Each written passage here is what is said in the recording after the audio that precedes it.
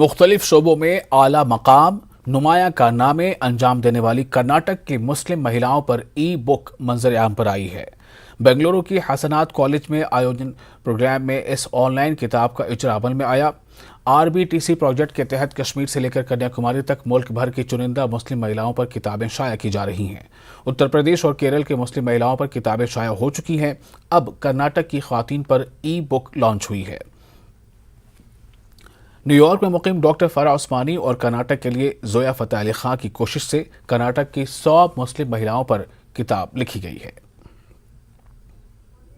कश्मीर से लेके कन्याकुमारी तक हर सूबे को देखा और ये कोशिश की कि वहाँ ये मुहिम चलाएं, लेकिन हमेशा मुमकिन नहीं है। अभी हम लोगों ने 14 सूबे चुने कि जिसमें मुसलमानों की तादाद एक कुछ है, तो उसमें से उत्तर प्रदेश, दिल्ली, महाराष्ट्र, मध्य प्रदेश, केरला, कर्नाटका, इनके तो किताबें तकरीबन तैयार हैं। यूपी ने तो एक हार्ड कॉपी बना भी दी और हम लोग दूसरे नंबर पे हैं।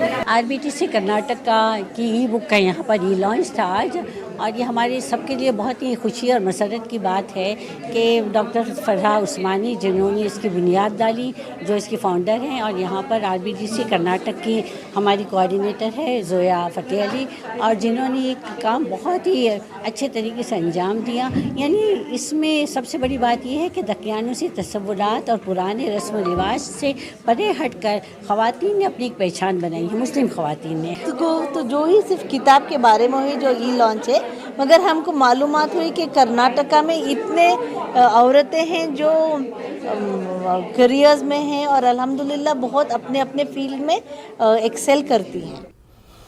और अब खबर हिमाचल से। गृह मंत्री अमित शाह ने धर्मशाला में एक बड़ी जनसभा को संबोधित किया। इस दौरान अमित शाह ने कहा कि डबल इंजन सरकार में हिमाचल की तरक्की हुई है और यहां विकास की बयार बह रही है। यहां अपने संबोधन में गृह मंत्री ने कांग्रेस पर भी जमकर हमला बोला और सीएम पद की उम्मीदवारी को लेकर कांग्रेस पर तंज कसते हुए कहा कि कांग्रेस राजा रानियों की पार्टी है। देश की 130 करोड़ की जनता को, चाहे अमीर से अमीर व्यक्ति हो, चाहे खुमचा चलाने वाला, ठेला लगाने वाला गरीब व्यक्ति हो, सबको मुफ्त में वैक्सीन के दोनों डोज देकर मोबाइल पर सर्टिफिकेट भेजने का काम ये भारतीय जनता पार्टी की सरकार ने।